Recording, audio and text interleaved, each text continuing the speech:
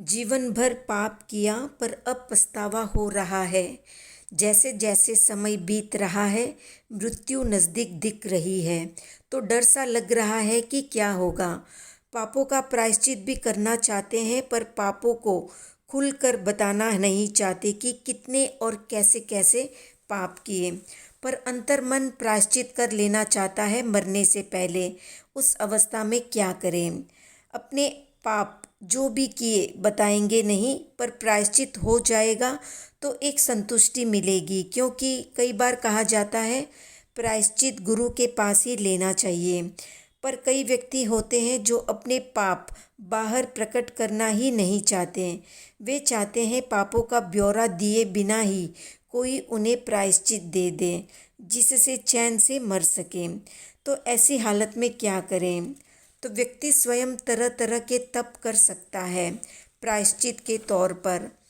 तप को कर्म निर्जरा का एक बड़ा कारण माना गया है। इससे कर्म तप के प्रभाव से एकदम से भस्म हो जाते हैं।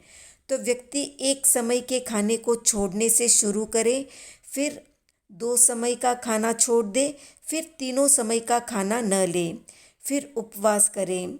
उपवास के बाद अगले दिन फिर एक ही बार खाए। कभी खाने में नमक छोड़ दे तो कभी चीनी, कभी तली हुई छोड़ दे तो कभी मिठाइयाँ, कभी नमकीन छोड़ दे तो कभी ये संकल्प ले कि एक दिन में केवल 10 वस्तुओं से ज़्यादा नहीं खाऊंगा। कभी शादी के भोजन में जाना पड़े तो कुछ भी खाए बिना वापस ऐसे ही लौट आए।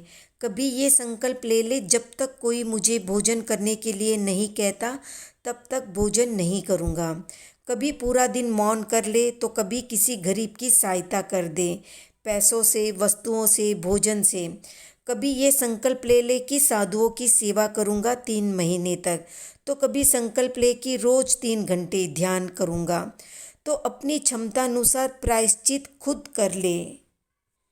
कुछ भी नहीं करने की अपेक्षा कुछ तो सही बार बार दिन में अपने पापों की आलोचना करते रहे।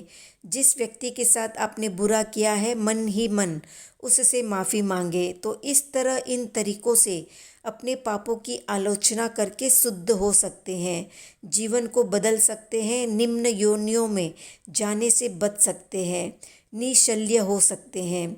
जब भी हम जाग जाते हैं तभी सवेरा हो जाता है।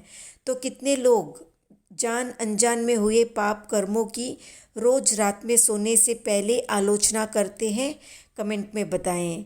वीडियो पसंद आया तो लाइक, शेयर, सब्सक्राइब करें।